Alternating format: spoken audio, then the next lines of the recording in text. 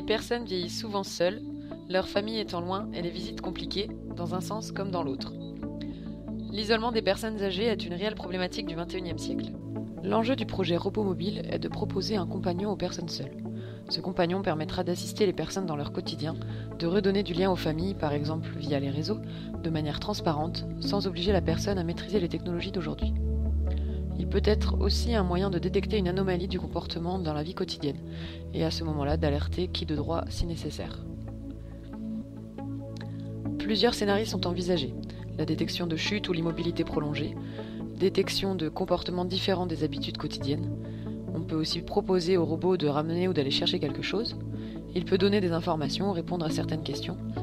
Mais il permettrait aussi de mettre en relation les proches, les professionnels et les quelconques réseaux d'entraide avec la personne qui l'utiliserait.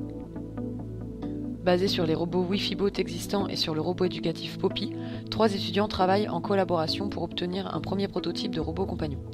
3 problématiques sont liées à ce projet, savoir localiser dans la maison le robot et la personne, marier Poppy à sa base mobile Wi-Fi-Bot et lui permettre de se déplacer d'un point A à un point B dans la maison.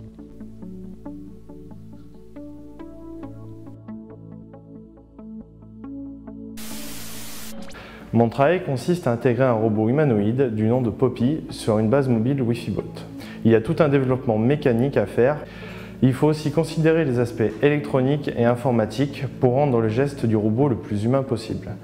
Du point de vue technique, celui-ci est composé d'un cerveau avec un ordinateur embarqué, des jambes qui sont en fait 4 roues motrices, d'articulations motorisées, des oreilles avec un micro intégré, d'une bouche avec un système stéréo, des yeux grâce à une caméra Kinect et d'un capteur par télédétection laser, LIDAR. C'est l'équivalent d'un radar qui viendra scruter le domicile pour détecter le mobilier par exemple.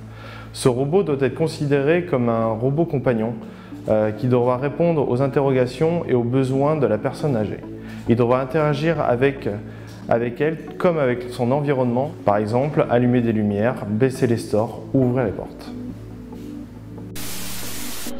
Afin de se déplacer, le robot compagnon dans la maison doit pouvoir connaître son point de départ A et son point d'arrivée B.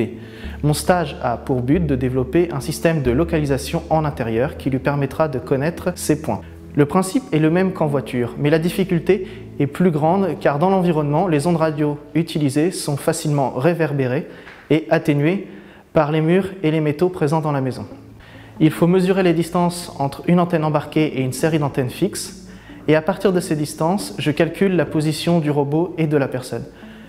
Mon stage comprend aussi une partie communication, puisque mon robot doit pouvoir récupérer, grâce à mon réseau d'antennes, les coordonnées de la personne dans la pièce. Et je m'occupe du déplacement du robot. Plus précisément de la trajectographie, la cartographie et l'asservissement.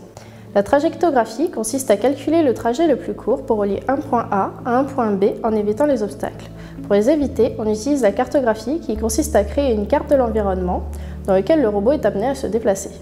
Enfin, l'asservissement l'oblige aussi à respecter la vitesse de déplacement qu'on lui impose pour qu'il ne devienne pas dangereux pour son entourage.